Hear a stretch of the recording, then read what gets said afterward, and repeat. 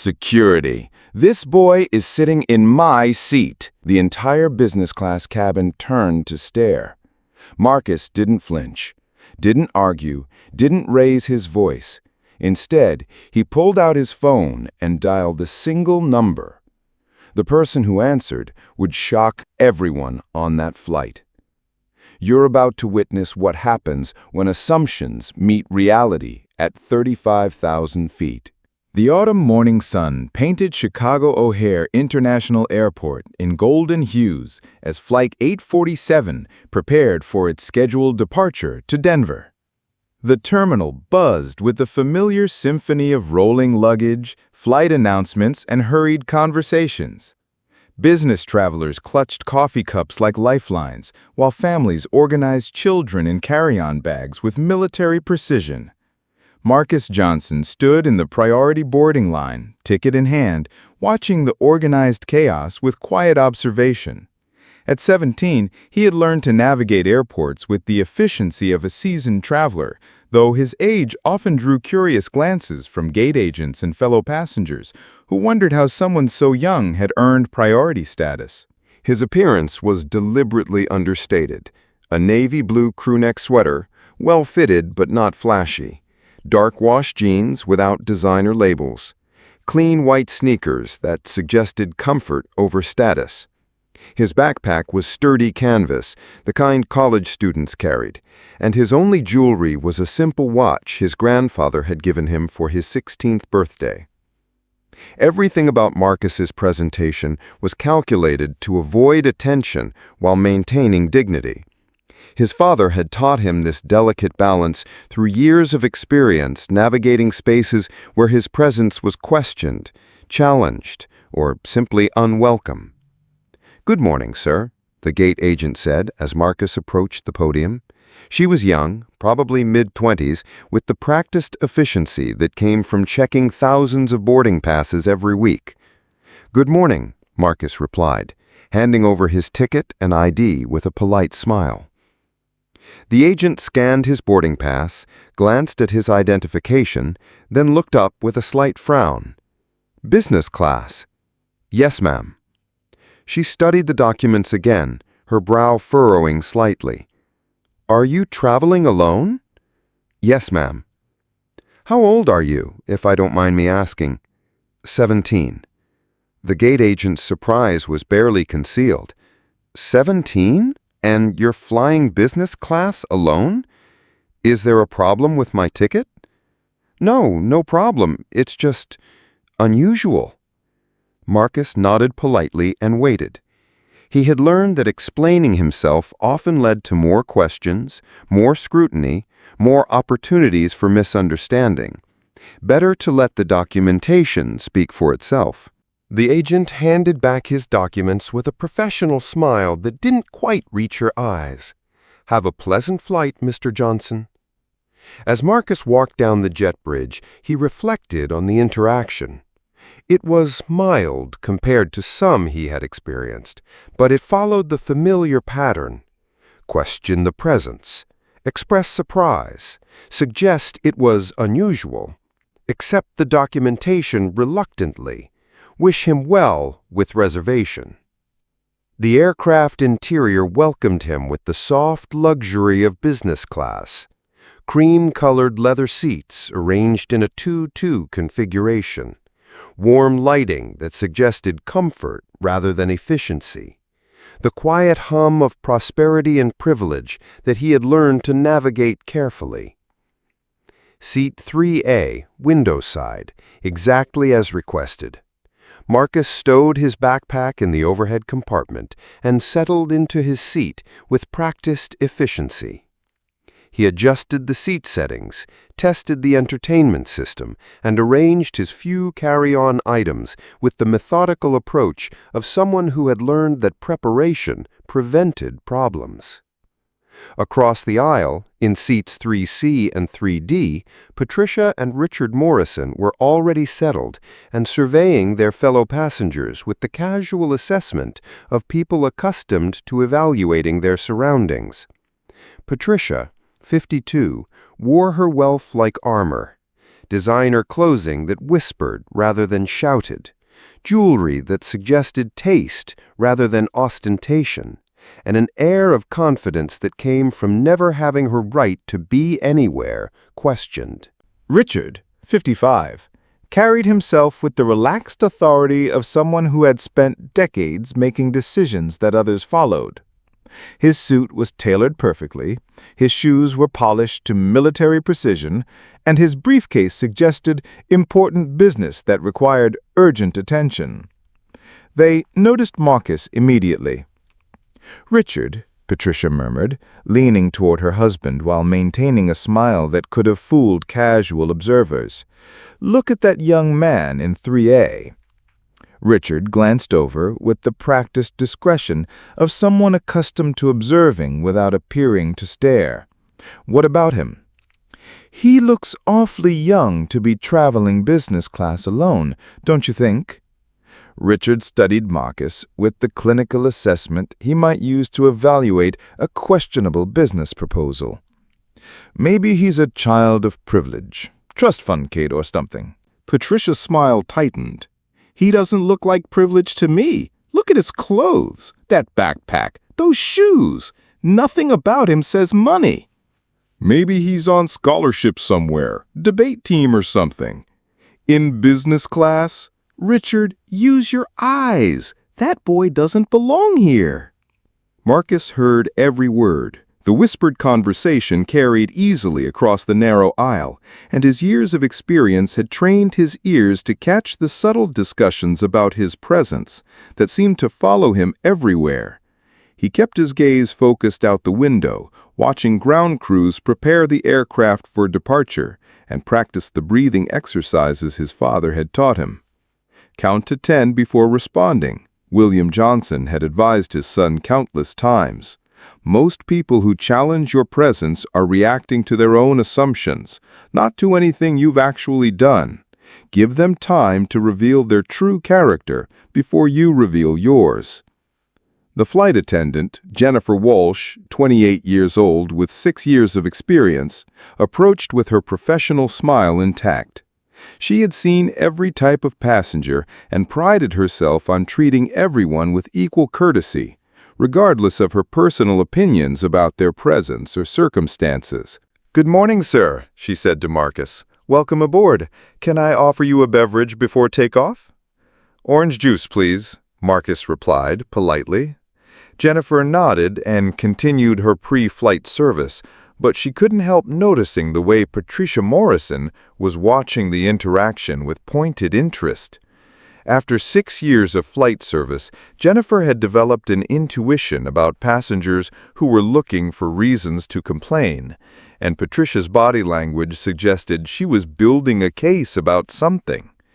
As Jennifer returned with Marcus's orange juice, Patricia beckoned her over with the subtle authority of someone accustomed to having service staff respond to her requests immediately. "Excuse me, dear," Patricia said with a smile that was all teeth and no warmth. "I couldn't help noticing that young man across the aisle. He seems quite young to be traveling alone in business class." Jennifer felt the familiar knot form in her stomach. These conversations never ended well. "Ma'am, all passengers in this cabin have valid tickets and have gone through proper security screening." Richard leaned forward, joining the conversation with the tone of someone offering helpful suggestions. "Jennifer, is it?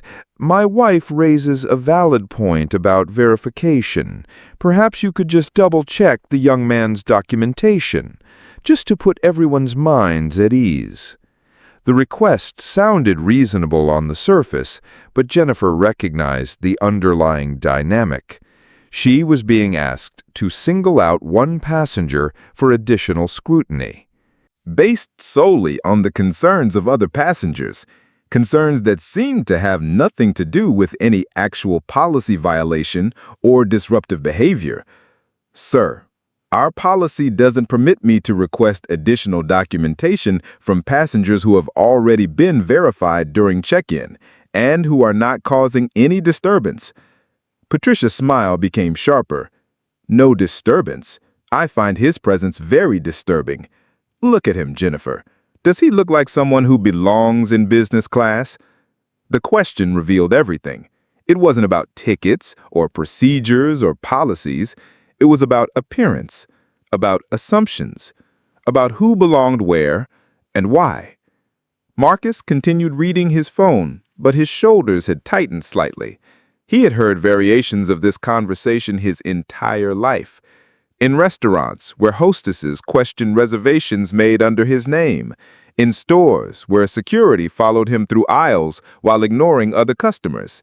In academic settings where his achievements were attributed to assistance programs rather than personal ability. Each instance had taught him something about patience, about dignity, about the exhausting necessity of proving his right to exist in spaces that others took for granted. But this felt different somehow. More public, more pointed, more designed to humiliate rather than simply exclude. Jennifer looked around the cabin, suddenly aware that other passengers were listening. The businessman in seat 2C had lowered his newspaper. The elderly couple in row 1 was pretending to discuss their connecting flight while obviously eavesdropping. Even the flight attendant working the front galley had slowed her preparations to listen. "Ma'am," Jennifer said carefully, "I understand your concerns, but I can't single out passengers for additional screening without cause." Patricia's voice rose just enough to ensure nearby passengers could hear clearly. "Without cause. The cause is obvious. That boy is clearly not supposed to be here. Anyone with eyes can see that." The words struck the cabin like lightning. Conversation stopped mid-sentence. Even passengers in economy who were walking past the business class section slowed their pace to listen. The accusation was now public, unmistakable in its implications. Marcus felt something shift inside him. Not anger exactly, though anger was certainly present. Something colder, more calculating. The kind of clarity that came from years of preparation for exactly this moment. He looked up from his phone and made direct eye contact with Patricia for the first time. His gaze was steady, calm, and completely unintimidated. "Ma'am," he said quietly, his voice carrying clearly through the cabin's sudden silence, "is there something specific about my behavior that concerns you?" Patricia seemed momentarily taken aback by the directness of his question. She had expected defensiveness, anger, or submission. Instead, she got polite inquiry that turned the spotlight back on her own assumptions. "Your behavior? It's not about behavior, young man. It's about propriety, about people being where they're supposed to be." "And where am I supposed to be?" The question was simple, direct, and devastating. It forced Patricia to articulate what she had been implying, to make explicit the assumptions she had been dancing around. "Well," she fumbled slightly, "economy class, obviously. With passengers in your demographic." The phrase, "your demographic," landed like a slap. Even passengers who had been trying to mind their own business looked up sharply. The euphemism was thin enough to be transparent, specific enough to be offensive. Marcus nodded slowly, as if considering her words carefully. "And what demographic would that be exactly?" Richard intervened, perhaps sensing that his wife was walking into dangerous territory. "Son, let's not make this more complicated than it needs to be. We're just concerned about proper procedures. Why don't you show us your ticket, and we can all move on?" The suggestion was framed as reasonableness, but it carried an unmistakable assumption of authority. Richard was positioning himself as the arbiter of who belonged where, the person qualified to verify Marcus's right to be in his assigned seat. Marcus reached into his jacket pocket and withdrew his boarding pass, holding it up so both Patricia and Richard could see it clearly. Seat 3A, business class, paid in full. Patricia squinted at the boarding pass as if it were written in a foreign language. "Anyone can print a boarding pass at home these days. How do we know it's real?" The accusation of fraud was now explicit. Marcus was being accused not just of being in the wrong place, but of deliberate deception to gain unauthorized access.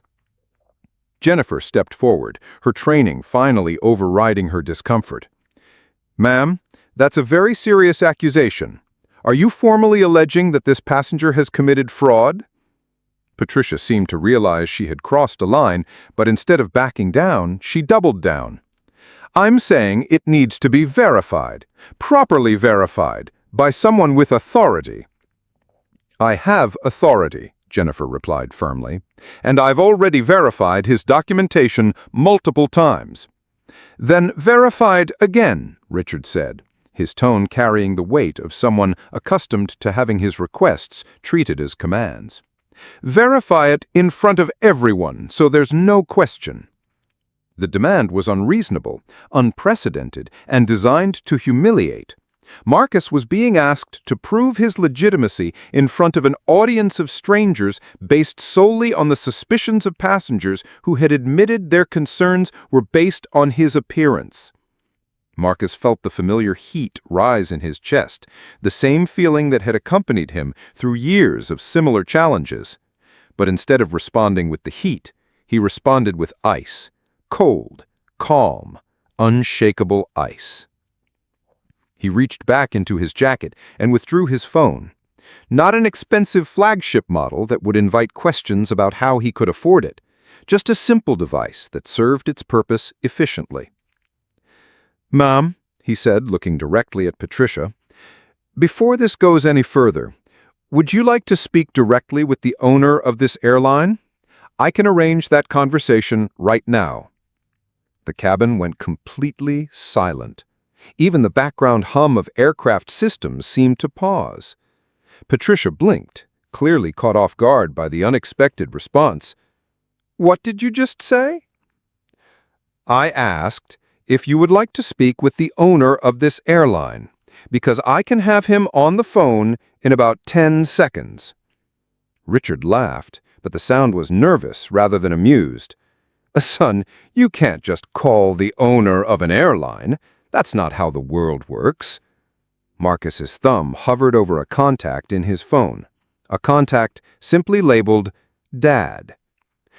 "Actually, sir, that's exactly how my world works." The silence in the cabin was so complete that the aircraft's air circulation system sounded like a hurricane. Every passenger within earshot was listening now, no longer pretending to read or work or mind their own business. The confrontation had escalated beyond uncomfortable into genuinely extraordinary. Patricia stared at the phone in Marcus's hand as if it were a weapon. "You're bluffing. You're just a teenager trying to intimidate us with empty threats." "I'm not threatening anyone," Marcus replied evenly. "I'm offering you the opportunity to take your concerns directly to the highest level of authority. Isn't that what you want?" Jennifer watched the exchange with growing alarm and fascination. In 6 years of flight service, she had never encountered anything quite like this. Passengers complained, argued, even occasionally claimed connections to management. But something about Marcus's tone suggested this wasn't typical teenage bravado. The businessman in seat 2C had completely abandoned any pretense of reading his newspaper. The elderly couple in row 1 was leaning forward slightly, straining to hear every word. Even passengers in economy who were still boarding had slowed their pace, sensing drama in the business class cabin. "Go ahead then," Patricia said, her voice carrying a mixture of defiance and uncertainty. "Call whoever you want. When they tell you to move to economy where you belong, maybe you'll finally listen to reason." Marcus pressed the contact. The phone rang once, twice. "Marcus?" The voice that answered was deep, authoritative, and carried easily through the cabin's silence. It wasn't the voice of a teenager's friend pretending to be someone important. It was the voice of someone accustomed to being listened to, respected, obeyed. "Hi, Dad," Marcus said simply. "I'm on flight 847, and we have a situation here." Dad. The word hit the cabin like turbulence. Patricia's confident expression wavered for the first time since the confrontation began. Richard's newspaper slipped from his hands and rustled to the floor. Jennifer's mouth fell open slightly. "What kind of situation, son?" the voice asked, concern evident even through the phone's speaker. "There's a passenger who's insisting I don't belong in business class. She's demanding that crew verify my ticket multiple times and suggesting it might be fraudulent." "I see." There was a pause, heavy with meaning and gathering authority. "And how is our crew handling this situation?" Marcus glanced at Jennifer, who looked like she wished she could disappear into the aircraft's emergency equipment. "The flight attendant has verified my documentation several times, but the passenger isn't satisfied with airline procedures." "Put me on speaker, son." Marcus adjusted his phone settings and placed the device on his tray table. "You're on speaker now, Dad." "Good morning, everyone. This is William Johnson, Chief Executive Officer and majority owner of Skyward Airlines." The silence that followed was so profound that it seemed to have physical weight. Patricia's face had gone completely pale. Richard was staring at the phone as if it might explode. Jennifer looked like she was calculating whether her career had just ended. Other passengers began turning in their seats to see what was happening. The businessman in 2C had his mouth open. The elderly couple was gripping each other's hands. Even passengers still boarding had stopped moving, creating a small traffic jam in the aisle. "Now," William Johnson continued, his voice filling the cabin with quiet authority, "I'd like to understand exactly what's happening on my aircraft." Jennifer found her voice first, though it came out higher than usual. "Mr. Johnson, sir, this is Flight Attendant Walsh, a badge number 4419. The passenger in seat 3A has presented valid documentation, which I have verified multiple times according to standard procedures. There has been no policy violation or disruptive behavior from this passenger." Thank you, Miss Walsh. And what specific concerns have been raised by other passengers? Patricia seemed to have lost her ability to speak. She stood beside Marcus's seat like a statue, her earlier confidence evaporating like morning mist. Richard cleared his throat awkwardly. "Sir, we were just concerned about proper verification procedures. We thought perhaps the young man's ticket might not be legitimate." "I see. And this assumption was based on what evidence exactly?" Silence. "Let me be very clear about something," William Johnson continued, his voice taking on an edge that suggested years of boardroom battles and difficult decisions. "My son Marcus is 17 years old. He is traveling on a fully paid, legitimate business class ticket that was purchased through our corporate account. He has every right to be on this aircraft and in that seat." The revelation hit like lightning. Marcus wasn't just some teenager who had somehow managed to afford business class. He was the CEO's son, the owner's son. He belonged on this aircraft in a way that transcended tickets and seat assignments. "Furthermore," his father continued, "I want to understand why my flight crew felt it necessary to repeatedly verify documentation from a passenger who was causing no disturbance, while apparently not questioning passengers who were creating the actual disruption." Jennifer's face flushed red. "Sir, I was attempting to maintain peace in the cabin and address passenger concerns. By repeatedly validating unfounded accusations against my son based on his appearance and age?" The question hung in the air like an indictment. It forced everyone to confront what had really been happening. This wasn't about procedures or policies or legitimate concerns. This was about assumptions, prejudice, and the automatic assumption that a young black passenger couldn't possibly belong in business class. "Dad," Marcus said quietly, "it's okay. Everyone understands the situation now." "No, son, it's not okay. This is exactly the kind of treatment that no passenger should experience on our aircraft, and certainly not my child."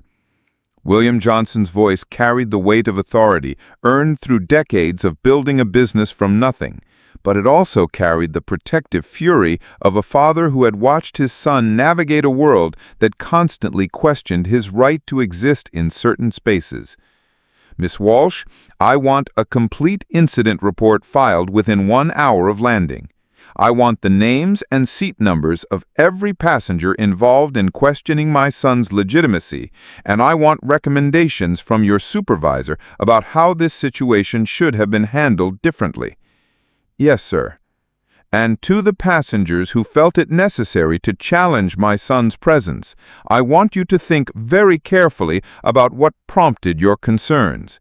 Because from where I'm sitting, it appears those concerns had nothing to do with airline policy and everything to do with assumptions about who belongs where based on appearance. We had no way of knowing. We didn't realize what, exactly? We didn't realize that young black passengers might legitimately afford business class. We didn't realize that your assumptions might be wrong. We didn't realize that questioning someone's right to be somewhere based solely on their appearance might be inappropriate. Each question cut deeper than the last, forcing Patricia to confront the ugly reality of what she had done and why she had done it. Richard said hastily, "We sincerely apologize. We made a terrible mistake."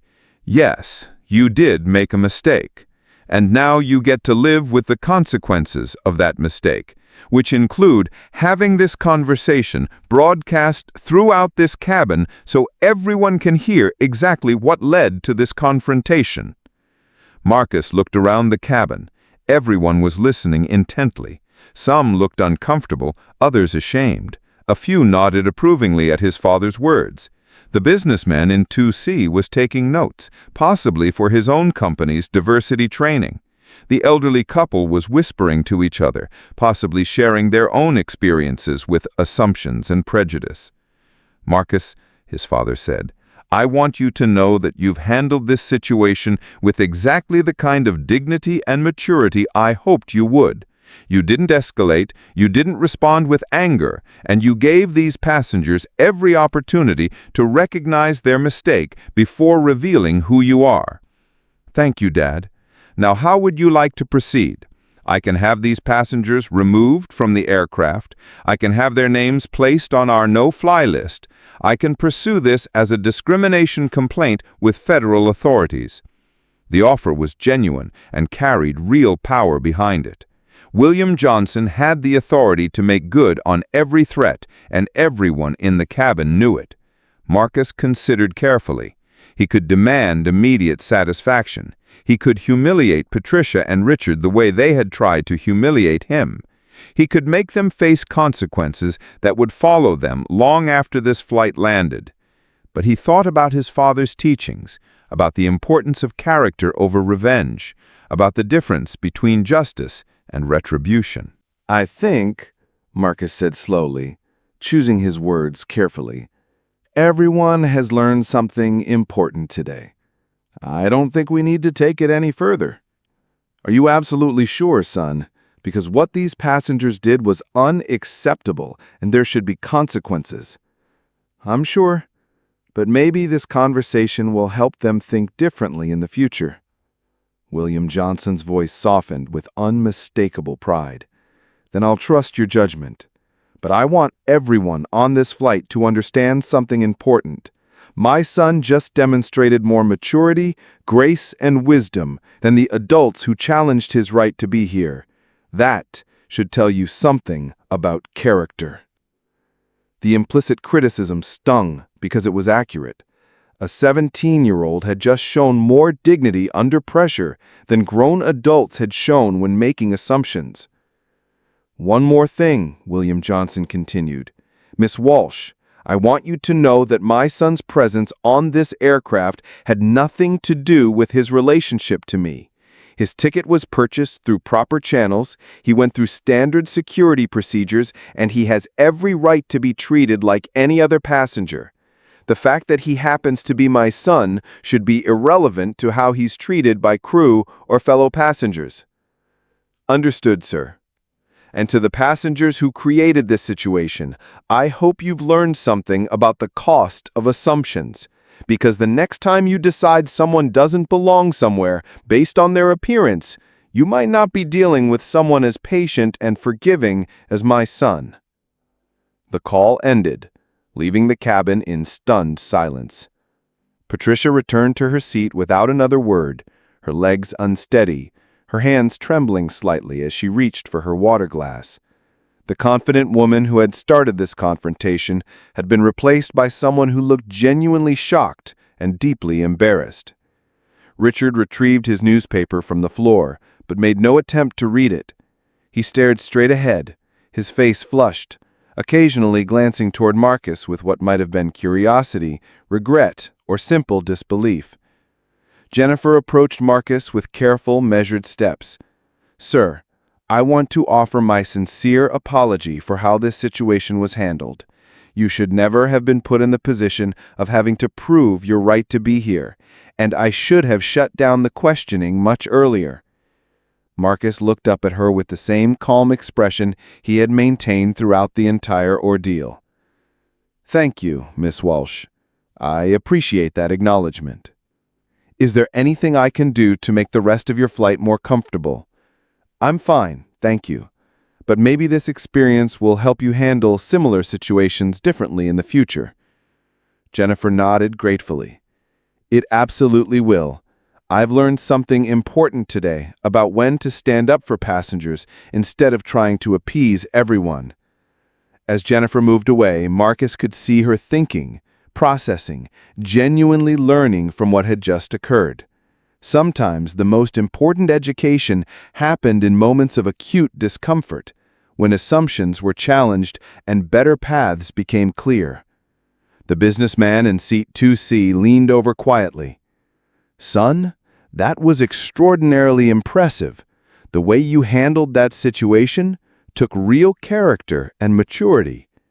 "Thank you, sir." "I think," Marcus said slowly, choosing his words carefully, "everyone has learned something important today. I don't think we need to take it any further." "Are you absolutely sure, son? Because what these passengers did was unacceptable, and there should be consequences." "I'm sure, but maybe this conversation will help them think differently in the future." William Johnson's voice softened with unmistakable pride. "Then I'll trust your judgment. But I want everyone on this flight to understand something important. My son just demonstrated more maturity, grace, and wisdom than the adults who challenged his right to be here. That should tell you something about character." The implicit criticism stung because it was accurate. A 17-year-old had just shown more dignity under pressure than grown adults had shown when making assumptions. "One more thing," William Johnson continued. "Miss Walsh, I want you to know that my son's presence on this aircraft had nothing to do with his relationship to me. His ticket was purchased through proper channels, he went through standard security procedures, and he has every right to be treated like any other passenger. The fact that he happens to be my son should be irrelevant to how he's treated by crew or fellow passengers." "Understood, sir." "And to the passengers who created this situation, I hope you've learned something about the cost of assumptions. Because the next time you decide someone doesn't belong somewhere based on their appearance, you might not be dealing with someone as patient and forgiving as my son." The call ended, leaving the cabin in stunned silence. Patricia returned to her seat without another word, her legs unsteady, her hands trembling slightly as she reached for her water glass. The confident woman who had started the confrontation had been replaced by someone who looked genuinely shocked and deeply embarrassed. Richard retrieved his newspaper from the floor, but made no attempt to read it. He stared straight ahead, his face flushed, occasionally glancing toward Marcus with what might have been curiosity, regret, or simple disbelief. Jennifer approached Marcus with careful, measured steps. "Sir, I want to offer my sincere apology for how this situation was handled. You should never have been put in the position of having to prove your right to be here, and I should have shut down the questioning much earlier." Marcus looked up at her with the same calm expression he had maintained throughout the entire ordeal. "Thank you, Miss Walsh. I appreciate that acknowledgement. Is there anything I can do to make the rest of your flight more comfortable?" "I'm fine, thank you. But maybe this experience will help you handle similar situations differently in the future." Jennifer nodded gratefully. "It absolutely will. I've learned something important today about when to stand up for passengers instead of trying to appease everyone." As Jennifer moved away, Marcus could see her thinking, processing, genuinely learning from what had just occurred. Sometimes the most important education happened in moments of acute discomfort when assumptions were challenged and better paths became clear. The businessman in seat 2C leaned over quietly. "Son, that was extraordinarily impressive. The way you handled that situation took real character and maturity." "Thank you, sir." Your father should be proud, not just because you're his son, but because of how you conducted yourself under pressure. An elderly woman from row 1 turned around in her seat. "Young man, your parents raised you right. You showed more class in 10 minutes than some people show in a lifetime." Marcus smiled genuinely for the first time since boarding. "Thank you, ma'am. I appreciate that."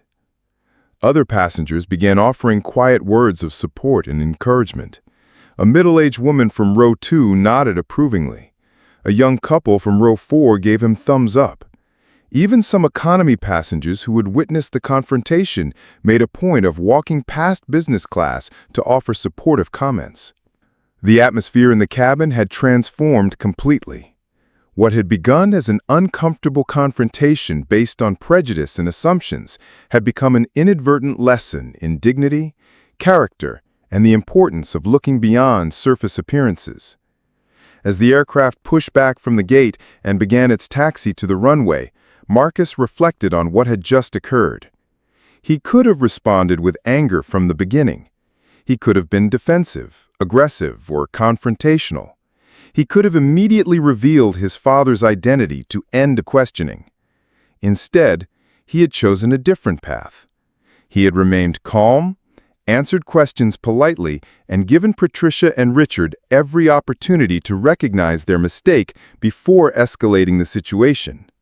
When escalation became necessary, he had done so with precision rather than emotion. The captain's voice came over the intercom. "Ladies and gentlemen, this is Captain Rodriguez. We've been cleared for takeoff and expect to arrive in Denver on schedule despite our slightly delayed departure. Thank you for flying Skyward Airlines, and we hope you have a pleasant and comfortable flight." As the aircraft accelerated down the runway and lifted into the Chicago sky, Marcus looked out at the city falling away beneath them. He thought about the conversation he would have with his father when he landed, about the lesson that everyone on the flight had just received, about the importance of assumptions and the real cost of prejudice. But mostly, he thought about the fact that he had passed a test he hadn't known he was taking. His father had prepared him for situations like this through years of teaching, example, and guidance. But ultimately, Marcus had to choose how to apply those lessons when it mattered most. He had chosen character over comfort, dignity over defensiveness, education over humiliation. And in doing so, he had demonstrated not just his own worth, but the values his father had tried to instill in him.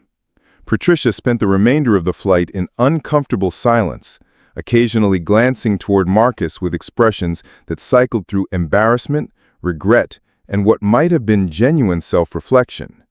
She had been forced to confront some ugly truths about her own assumptions and biases, and that confrontation was clearly ongoing. Richard attempted to return to his financial reports, but found his concentration broken. He kept replaying the conversation, examining his own role in the confrontation, questioning assumptions he had never thought to question before. Jennifer moved through the cabin with new awareness, seeing passengers differently, questioning her own assumptions about who belonged where and why. The incident had been an unwanted mirror, reflecting back uncomfortable truths about bias, privilege, and the courage required to stand up against both. Other passengers continued their journeys with new food for thought. Some discussed what they had witnessed, sharing their own experiences with assumptions and discrimination. Others sat quietly, processing what they had learned about judgment, character, and the importance of looking beyond surface appearances. The cabin had become an inadvertent classroom, and everyone had learned something, whether they had wanted to or not. As they reached cruising altitude, Marcus pulled out a book and began reading. Not because he was trying to prove anything or make a statement, but simply because reading was how he preferred to spend long flights. The same quiet dignity that had carried him through the confrontation now carried him through the rest of the journey. But the book couldn't completely distract him from thinking about what had just happened and what it meant in the larger context of his life. This wasn't Marcus's first experience with assumptions and prejudice, and he knew it wouldn't be his last. Throughout his 17 years, he had navigated countless situations where his presence was questioned, his achievements doubted, his belonging challenged. In elementary school, teachers had been surprised by his test scores and academic performance, sometimes suggesting he must have received help or special preparation. In middle school, he was the only black student in several advanced classes, constantly aware that his mistakes were noticed more than his successes. In high school, despite attending one of the most prestigious prep schools in the country, he regularly encountered assumptions about how he had gained admission, what his family's circumstances were, and whether he truly belonged among his accomplished classmates. Each experience had been a learning opportunity, though not always a pleasant one. His parents had helped him process these encounters, teaching him to distinguish between situations that required response and those that were better handled with dignified silence. Not every battle is worth fighting, but some battles choose you, and when they do, fight them with honor. Today's situation had definitely chosen him. Patricia's confrontation wasn't subtle or private. It was public, accusatory, and designed to humiliate him in front of an audience. That made response necessary and gave him the opportunity to respond with both dignity and effectiveness. 2.5 hours after takeoff, as the aircraft began its descent into Denver, Marcus gathered his belongings with the same calm efficiency he had displayed throughout the flight. He had no desire to gloat, make Patricia and Richard more uncomfortable than they already were, or turn his vindication into a spectacle.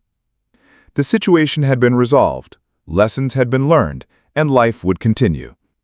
That was exactly how Marcus preferred to handle difficult situations. Deal with them directly when necessary, then move forward without carrying grudges or seeking additional drama. As passengers prepared to disembark, several made a point of approaching Marcus to offer final words of support or encouragement. The businessman from 2Cs shook his hand and said, "I'll be sharing this story with my own teenagers. They could learn a lot from your example." The elderly couple from row 1 stopped to tell him they had been impressed by his composure and maturity. The teenage girl from economy managed to work up the courage to approach and tell him he had inspired her to stand up for herself if she ever faced similar treatment.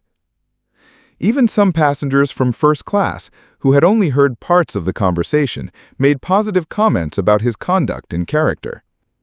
The cumulative effect was a reminder that most people recognized dignity and character when they encountered it, even in difficult circumstances. Patricia approached his seat one final time as passengers were beginning to leave the aircraft. Her earlier arrogance and confidence had been replaced by something that looked like genuine remorse and self-reflection. "Excuse me?" she said quietly, her voice lacking any trace of the authority she had wielded earlier. "I owe you a sincere apology, a real one, not just words." Marcus looked up from his book, studying her face carefully. "Ma'am?" I made assumptions about you that were completely wrong, unfair, based on nothing but my own prejudices, and I'm truly sorry for that." Marcus could see that the apology was genuine, born from the uncomfortable process of being forced to confront her own biases and their consequences.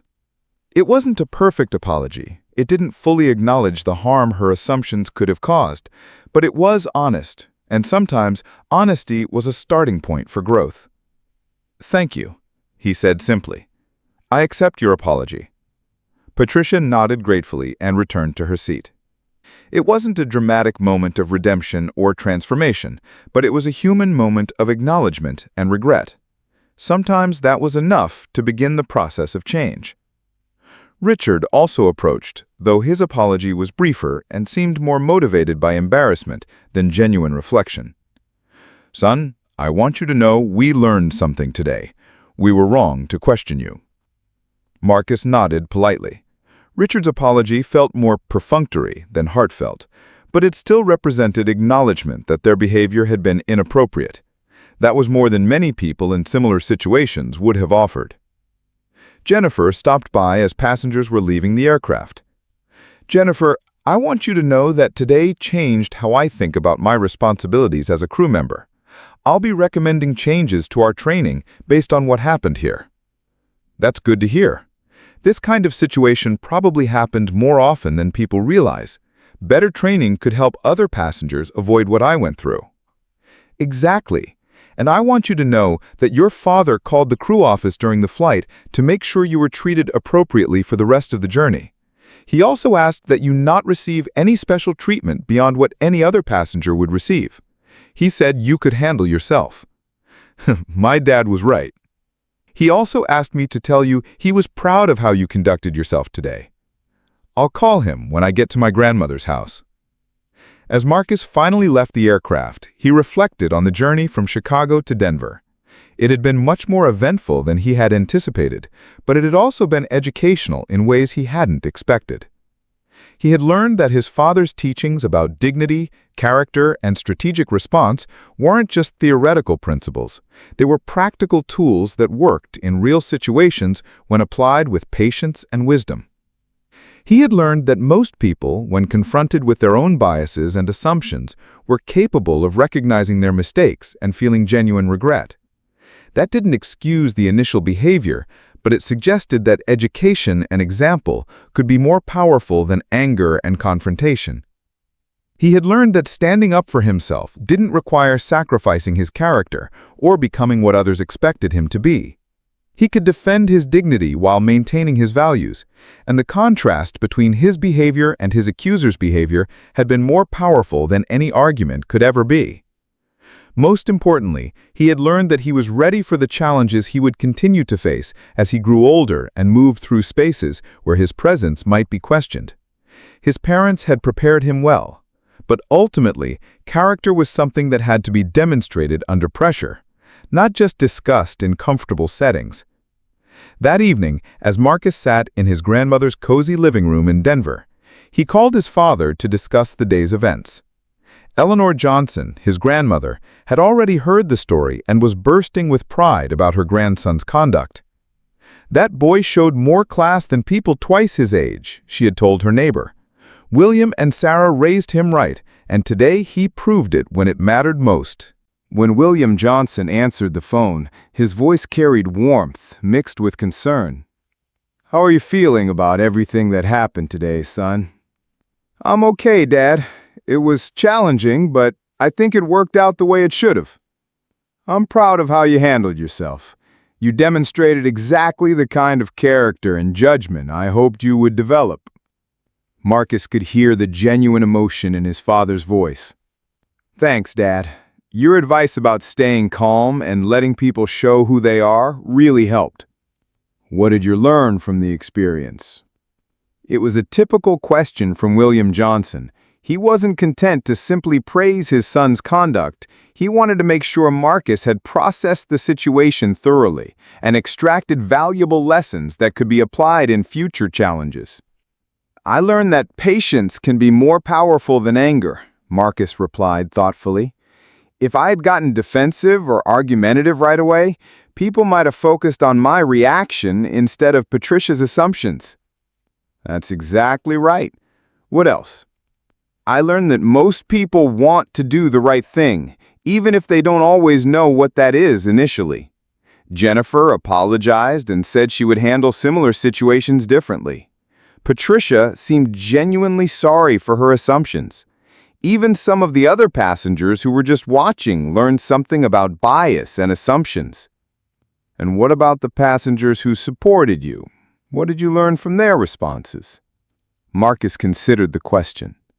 I learned that there are more good people than bad people, even in difficult situations.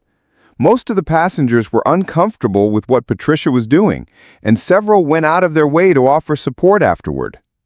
That's an important lesson. When you encounter prejudice and assumptions, remember that the people behaving badly usually represent a minority. Don't let their actions color your view of everyone else. They talked for another 30 minutes, dissecting the situation from multiple angles, discussing alternative approaches Marcus could have taken, and exploring the broader implications of what had occurred. William Johnson shared his own experiences with similar situations when he was building the airline, describing moments when his qualifications were questioned, his presence challenged, his belonging assumed to be temporary or illegitimate. The difference between your generation and mine, he told Marcus, is that you have more tools and support systems for dealing with these situations. But you also face higher expectations for how you respond. What do you mean? When I was your age, if someone challenged my presence somewhere, I might have had to be more confrontational just to be taken seriously. Today, you have the luxury of responding with patience and dignity because you know you have backup when needed. It was a thoughtful observation that helped Marcus understand his experience in historical context. His calm response had been possible partly because he knew his father was available if the situation escalated beyond his ability to handle alone. But, his father continued, that also means you have the responsibility to demonstrate that patience and dignity are effective responses to prejudice.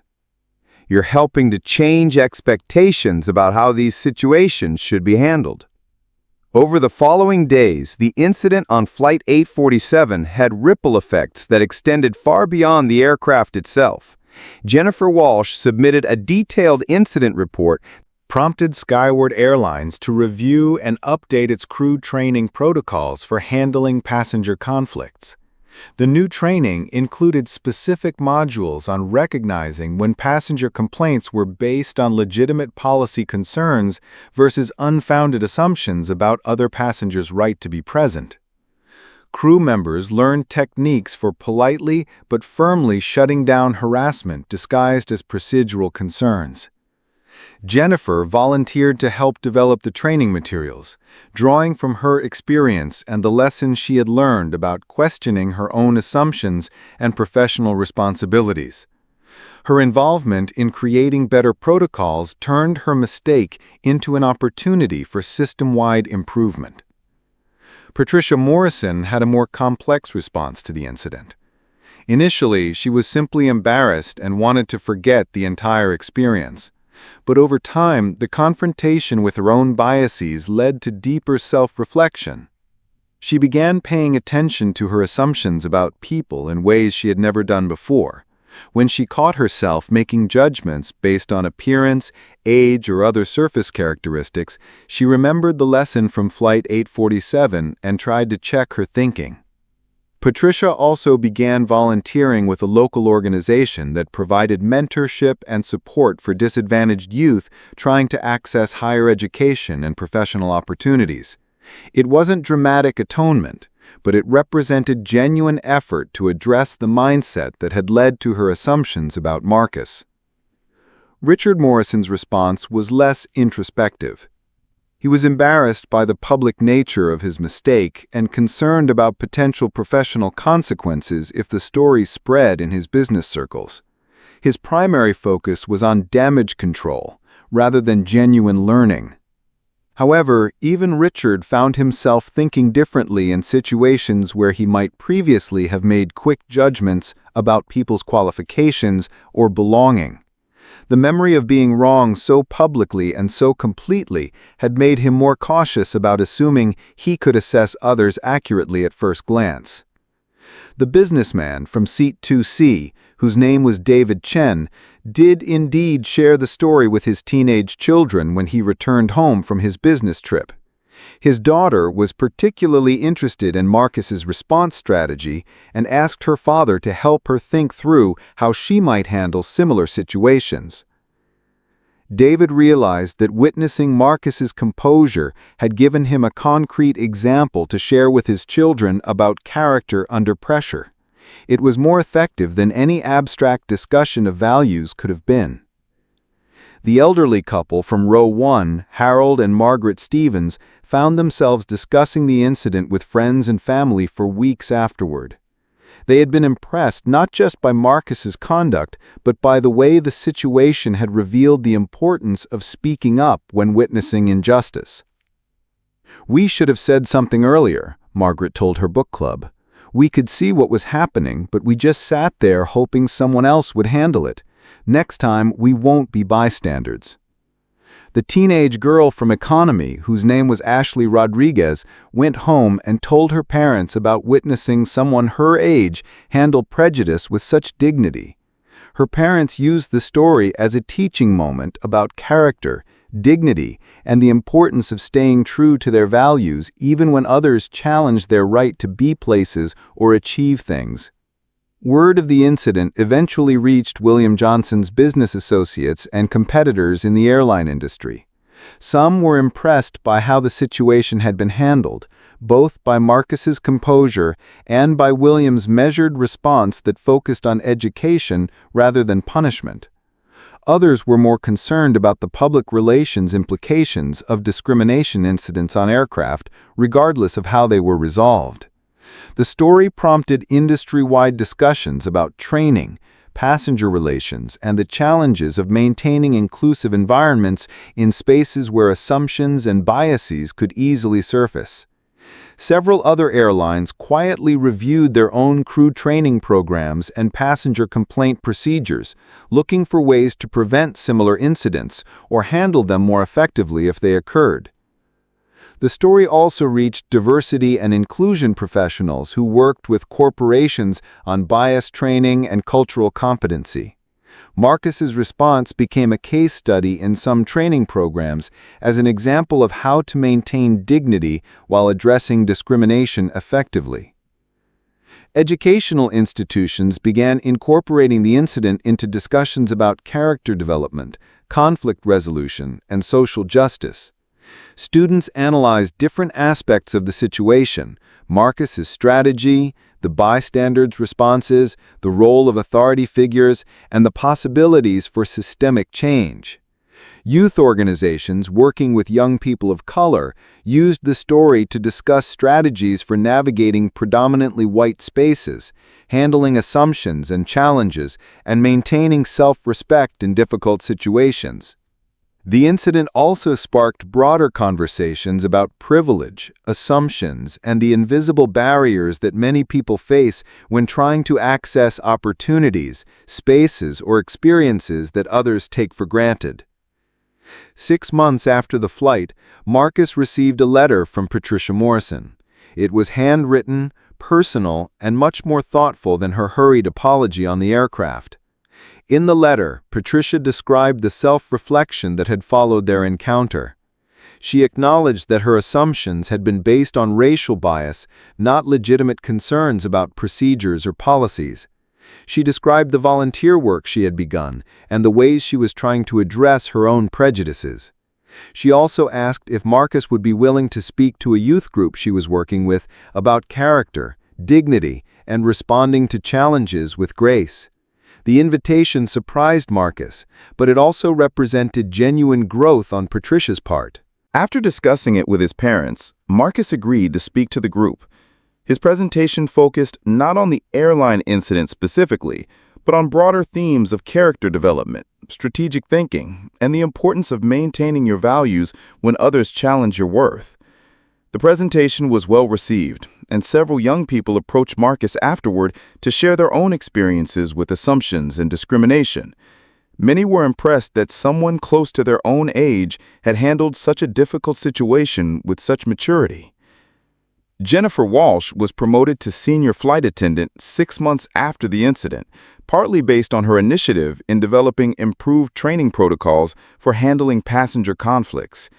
She frequently shared the lessons from Flight 847 with new crew members, helping them understand the difference between legitimate passenger concerns and harassment based on assumptions. The training programs she helped develop were eventually adopted by other airlines, spreading the lessons from Marcus's experience throughout the industry. What had begun as one teenager's encounter with prejudice became a catalyst for systemic improvements in how airlines handle discrimination. Marcus continued his education and his normal teenage activities, but he carried with him the confidence that came from being tested under pressure and responding with character. The incident became one of many formative experiences that shaped his understanding of leadership, dignity, and social responsibility. When he graduated from high school the following year, his valedictorian speech included themes drawn from his experience on Flight 847. The importance of character under pressure, the power of responding to assumptions with dignity, and the responsibility to use challenging experiences as opportunities for growth and education. 5 years after the incident, Marcus was completing his junior year at university when he encountered Patricia Morrison again, this time at a conference on diversity and inclusion in business.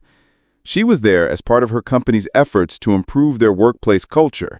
He was there as a student researcher, studying corporate responses to bias and discrimination. They recognized each other immediately, despite the passage of time. Patricia approached Marcus during a break between sessions. "I didn't expect to see you here," she said, her tone warm rather than confrontational. "Mrs. Morrison," Marcus replied politely, "how are you?" "I'm well, and I have to say, seeing you here makes perfect sense. Your presentation to our youth group a few years ago was incredibly impactful. Several of those young people are now in college themselves, and they still talk about the lessons you shared." Marcus was pleased to hear that his presentation had lasting impact. "I'm glad it was helpful. I want you to know that our encounter on that flight changed my life in ways I couldn't have imagined at the time. It forced me to confront some uncomfortable truths about myself, and while that was difficult, it was also necessary."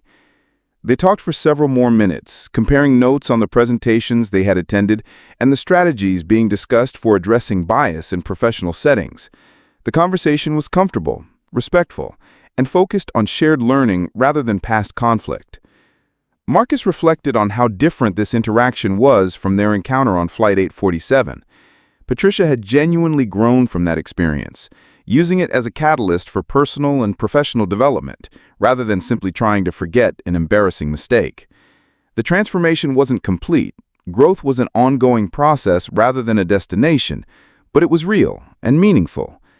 It reminded Marcus that people were capable of significant change when confronted with the consequences of their assumptions and given opportunities to do better. 10 years after the Flight 847 incident, Marcus Johnson was working as a management consultant, specializing in organizational culture and diversity initiatives.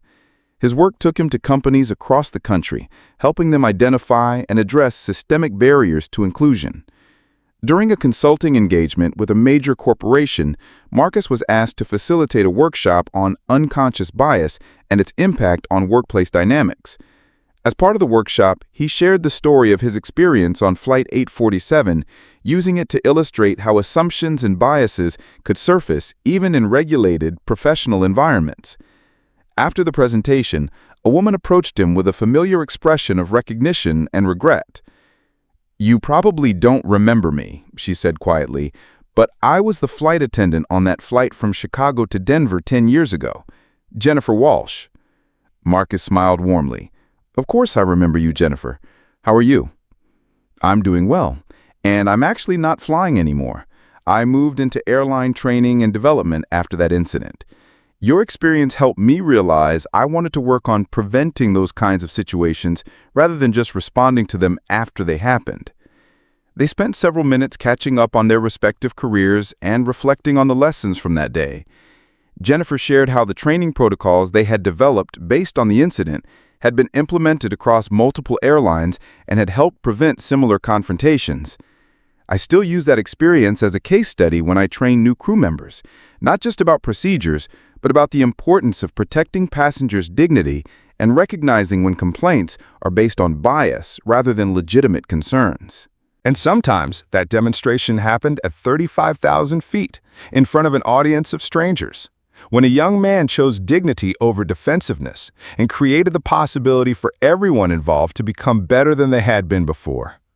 The flight had landed on time, but the lessons learned that day would continue long after the aircraft reached its destination. Because sometimes the most important journeys aren't measured in miles traveled, but in character developed and wisdom gained along the way. This story serves as a reminder that our character is not tested in comfortable moments, but in challenging ones. When faced with assumptions, prejudice, or challenges to our worth, we have the choice to respond with dignity, patience, and strategic thinking. Those choices not only define who we are, but also create opportunities for others to grow and systems to improve. Sometimes the most powerful response to discrimination is not anger or defensiveness, but the quiet demonstration of character that forces others to confront their own assumptions and choose better paths forward.